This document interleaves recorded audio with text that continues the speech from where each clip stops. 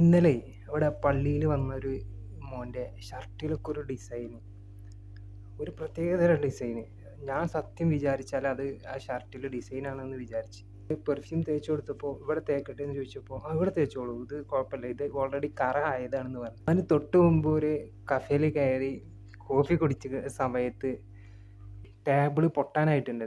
അത് രണ്ട് സൈഡും പൊട്ടി കോഫി മുകളിലേക്ക് പൊന്തി ഫുള്ള് അവൻ്റെ ശരീരത്തിൽ പോയി എന്ന് പറഞ്ഞ്.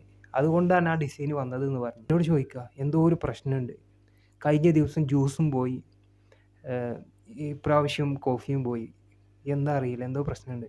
ഞാൻ ചോദിച്ചു സ്റ്റാറ്റസ് എന്തെങ്കിലും ഇടാനുണ്ടോ ചോദിച്ചു. അപ്പോൾ മറ്റേ അവൻ്റെ സുഹൃത്ത് പറഞ്ഞ് അതേ ഉള്ളൂ പറഞ്ഞു.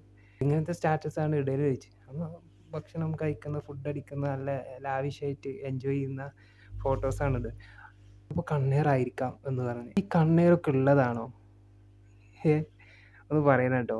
കണ്ണേറൊക്കെ ഉള്ളതായിരിക്കില്ല. അപ്പോൾ കണ്ണേറുണ്ട് എന്ന് എനിക്കറിയാം, പക്ഷേ അതിങ്ങനെ സ്റ്റാറ്റസിലൂടെ കണ്ണേറ് തട്ടുമോ? ഇങ്ങനെയൊക്കെ സംഭവിക്കുന്ന ആളുകൾ നിങ്ങളെ കൂട്ടത്തിൽ, നിങ്ങളെ ഫ്രണ്ട്സിലുണ്ടെങ്കിൽ അങ്ങനത്തെ ചങ്കിന് നിങ്ങൾ ഈ വീഡിയോ ഒന്ന് ഷെയർ ചെയ്ത് കൊടുക്കുക.